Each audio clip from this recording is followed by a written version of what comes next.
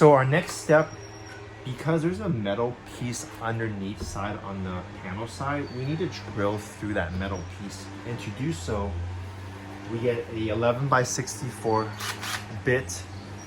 And what we propose for the users to do is to wrap the bit tightly with a blue tape so that you don't destroy inadvertently other areas. So it is, we have a blue tape.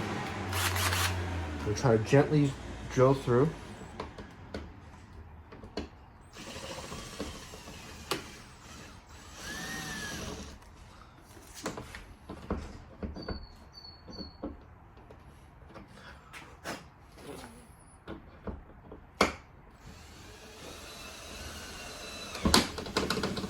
All right, we're through. So we're through.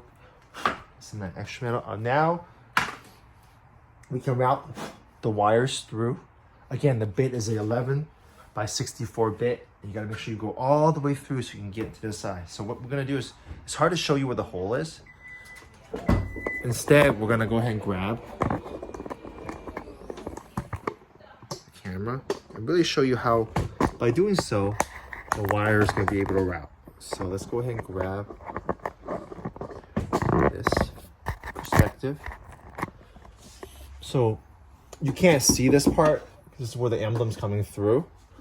So I'm gonna grab a little wire that we have and we're gonna pull the wires through and then we're gonna tape it and go from there. So just to kind of show you how the wire goes through. Wrap the wires down. I'll pull the hood back up shortly.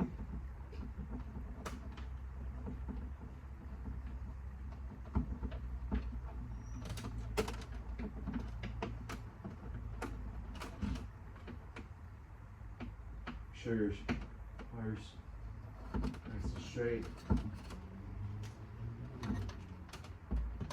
That's kind of thing that shuttle with. So you can see, I don't know if you can see it.